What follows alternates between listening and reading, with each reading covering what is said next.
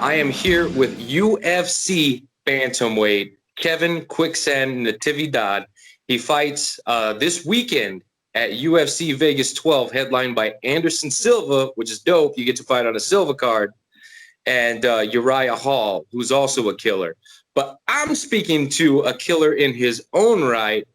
Your last win was against a tough guy, Kyle Estrada. Okay, dude's super fucking tough and has great leg kicks. But you were able to do what a lot of people haven't been able to do, and you put him away. Okay, so before we get to the UFC talk, let's talk about your last fight outside of the organization, which was LFA. Um, like I said, you put him away, and that's very tough to do. What did that KO mean to you, and what did it do for your career, other than get you to the UFC?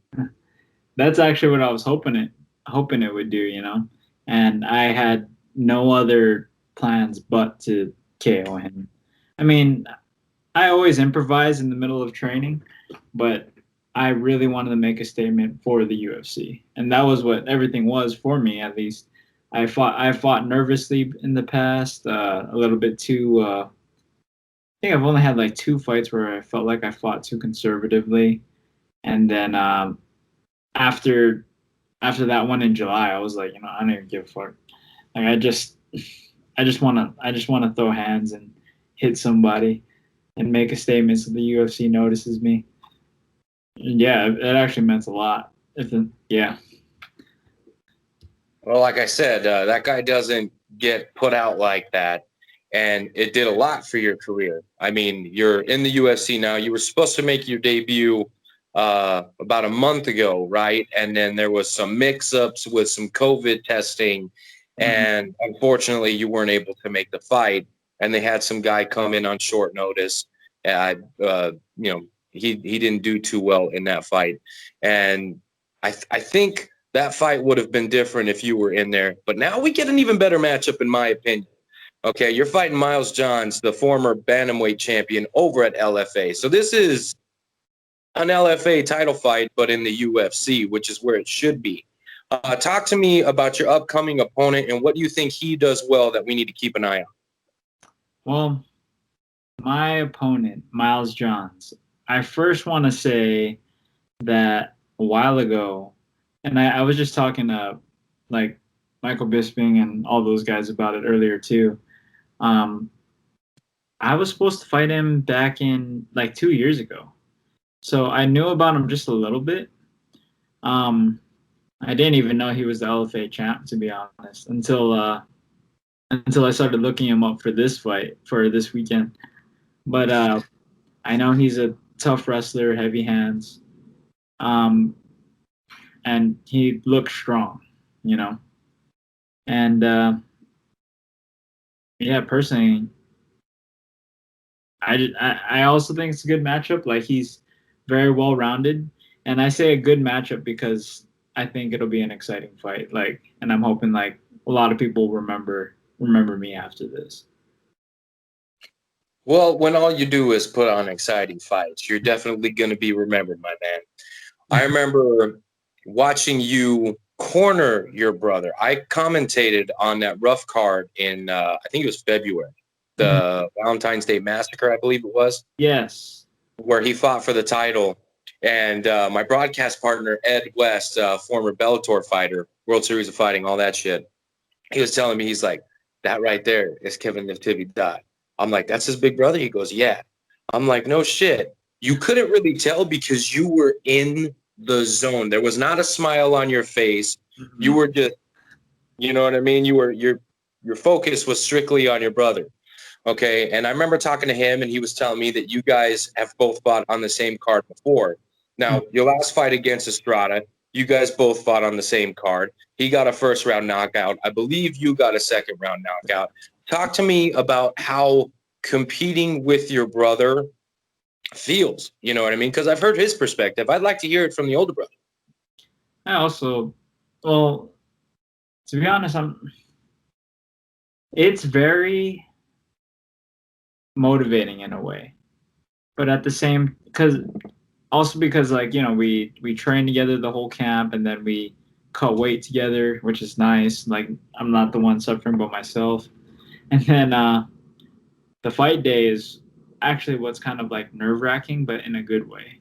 Because like you want them to do good, and I mean obviously, but reason why I say it's nerve wracking is like it's more nerve wracking for me to watch him fight than for me to fight. And after I see him fight, I feel, a lot of the nerves are gone after that. Because I'm just like, okay, it's my turn now, Um, it's never been like a whole, oh, shoot, like he knocked the guy out, so I have to knock him out. That's kind of more like a feeling like, oh, he knocked this guy out. You know what? That might mean I might knock my guy out. Because a lot of our things are very. The last time we competed on the same card before that fight, it was for an Iron Boy card, and we both TKO'd our opponents on the ground. He did it while he had the guy's back, and I did it from a mounted triangle. And then after that, we did like a fight to win pro, like just for fun, and we went the decision with both of our guys that night. They were actually hard to submit. I mean, it was hard. It's really hard to submit these guys nowadays if they don't want to get submitted. But yeah, in a way, it definitely motivates us. And I guess that's more or less what I wanted to say about the nerve-wracking part. Is Sure. that like it's nerve-wracking watching him fight, but then after he goes, like I just feel better about everything. Well, I'll give you some peace of mind. He really doesn't give you a whole lot to worry about. Yeah. The Yeah. kid is a freaking stud. He's pretty good. I think he's probably UFC bound after a couple more fights as well. Now, I felt so good about your guys' last wins. I actually wrote an article on you guys and literally haven't written one since because I'm fucking lazy when it comes to writing. But I mean, that's just, you know what I mean? You guys inspired me to write when I don't. And I just thought it was cool that you guys are both brothers. You guys both compete. This was his first pro fight in a huge organization like the LFA. And then you were headlining the card, and then you guys both fucking killed it. You know what I mean? It was dope. So it was really easy to write the dang thing. Okay. And it just, it made me excited and motivated about you guys and your guys' your future. You know what I mean? So I know that the goal here is right in front of you in Miles John.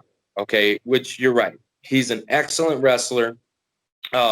He's really good at scrambling. His stand-up ain't too shabby either. Okay, but you're known for your freaking hands. You know what I mean? You got that Hawaiian KO power. You know what I mean? You island boys know how to scrap. You guys know how to, make it a dogfight. And I think, that's one thing that fans can really look forward to in your fighting style, in this fight and in the future. So where do you see yourself going, and how long do you think it's going to take till you get to that upper echelon of fights and stuff? For this fight, I actually see myself knocking him out. Okay. Like, I want to overwhelm him with pressure, and kind of just touch him up. Like however many punches it takes, or kicks, punches or kicks. Like I've been kicking a lot actually this whole camp, but as far as like going up the ranks, we'll see. Like if I put on like some exciting fights here and there, maybe I'll go up faster. But I'm not rushing it. I just want to enjoy the process. Take one fight at a time. Because this is it. This has been the dream for me. Like I don't want to rush it at all. Like if I had two fights, two or three good wins, and I fight Jose Aldo, that would be awesome. But at the same time, I could also have like 4 or 5 wins and become like untouchable, or like 5, 6, 7, 8 wins in bantamweight, and then become untouchable like grow so much to that, like, I'm the best that I can be, fight for that title, win it, and just never let it go, you know?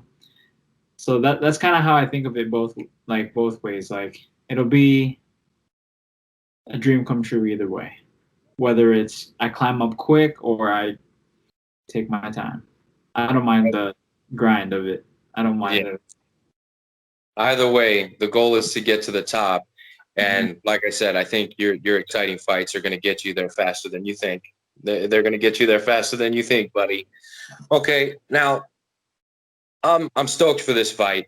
I like both you guys. You guys are both very exciting fighters, and you guys both are going to bring out the best in each other. I believe this is a very high level fight. Okay, and I don't really like where the placement is at the current time. Are you guys the curtain jerker as of right now?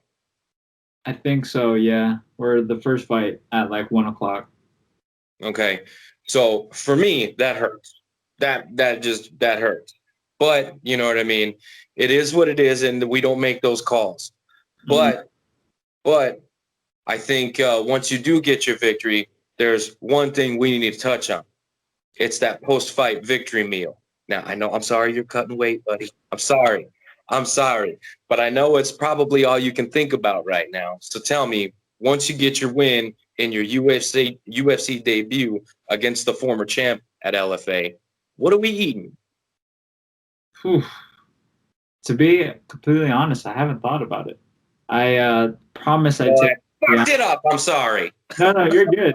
I I I oh shoot, I see my brother and my coach. But I promise to take my I date my fiance a lot.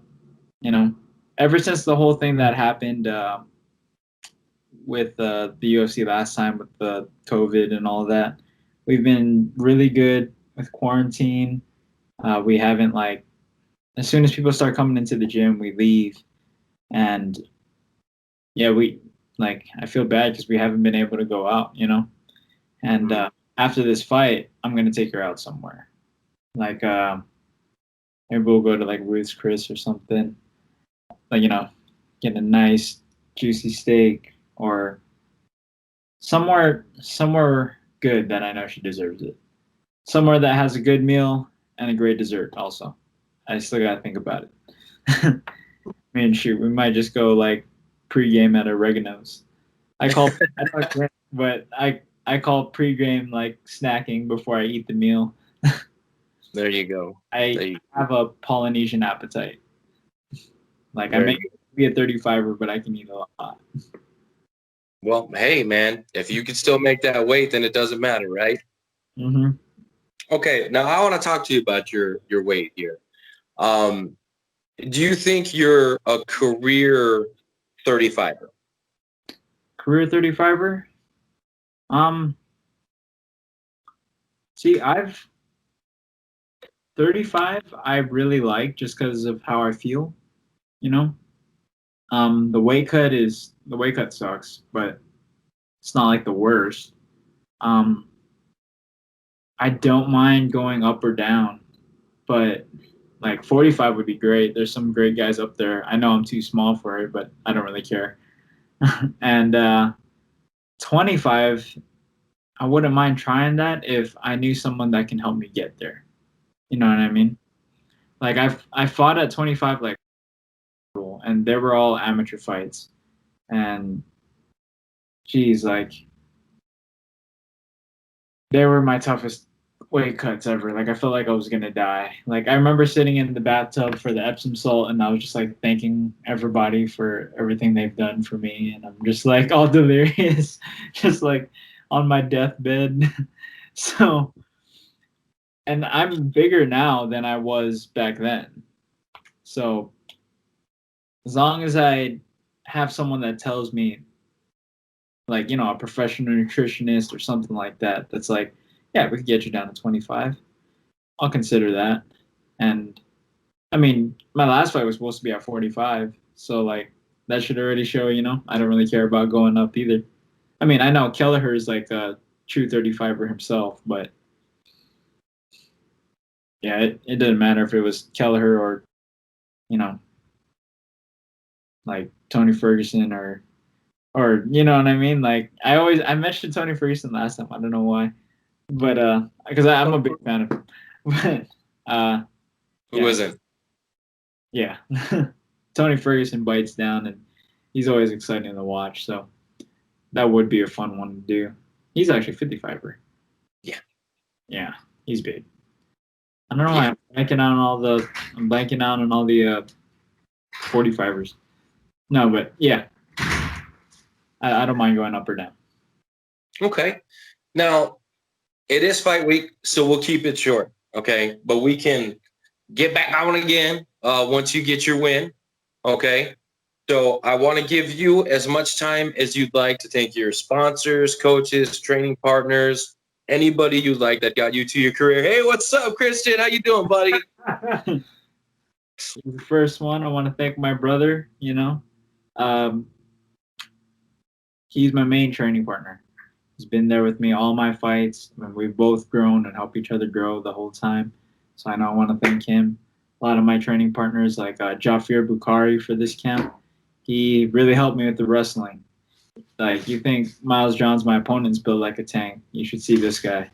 He's not only that, but he's strong. Like, he makes deadlifting 500 pounds look easy. And yeah, his wrestling getting him off of me and, stopping his takedowns. And also my teammate Seth Showtime Wheeler. He's another big one on the jiu-jitsu. The Power Ranger, Tyler Held, and his wife, Daisy Held, they've helped a lot. They've even got me a couple, they actually have chickens, and they give me eggs all the time. Yo. Yeah, that's another nice thing. And then Cedric Katambwa, huge help also, great striker. Hopefully become pro soon enough. There's so many people. My coaches, Trevor Lally, Steve Rosenberg, Tyrell Fortune, who's basically my wrestling coach. Tyrell Fortune and Jafir Bukhari are basically my wrestling coaches. Oh yeah, and sponsors. Management, Janus Sports. They've done so much for me. They're the reason why, they helped me get the call to the UFC. I mean, my knockouts do it, but they definitely reached out. And then Amanda Warfield, she's the one who braids my hair. Looks And, good. of course, Hawaiian Fight Gear. Besides my brother, Hawaiian Fight Gear has been with me almost or pretty much my whole MMA career, amateur up until now. And they give me gear, he gives me gear all the time, supports me, makes sure that I have enough stuff to train. And all of Hawaii. All of Hawaii. I never had so much love from Hawaii as of recently, and it's great to know that Hawaii supports me now. Oh, 100%. I know they do.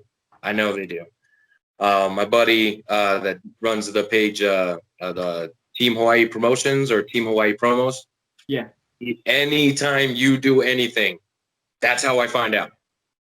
If I don't find out from you or your brother, he's always sending me shit. So trust me, they got your back. Yeah, that's so awesome too. Yeah. All right, man. Well, like I said, we'll keep it short because you got the fight here in a couple days. I want to wish you good luck. Oh, go ahead. I do want to, because I want to thank my fiance too. Especially since we haven't been able to train, she sacrificed so much for me. She drives me around, especially when I'm cutting weight and all of that. She cooks me the food. This would be so much harder without her, physically and mentally. I want to thank her for that. But yeah. Awesome. Awesome. Well, again, you got the islands on your side. I think, if fight preparations went well and the weight cut went well, all you got to do is what you already do. You know what I mean? That's it. That's all you got to do. You got your brother in your corner. It's just time to throw hands. Yep. Oh, man, I can't wait. I'm so excited for Saturday. I wish it would just come through already.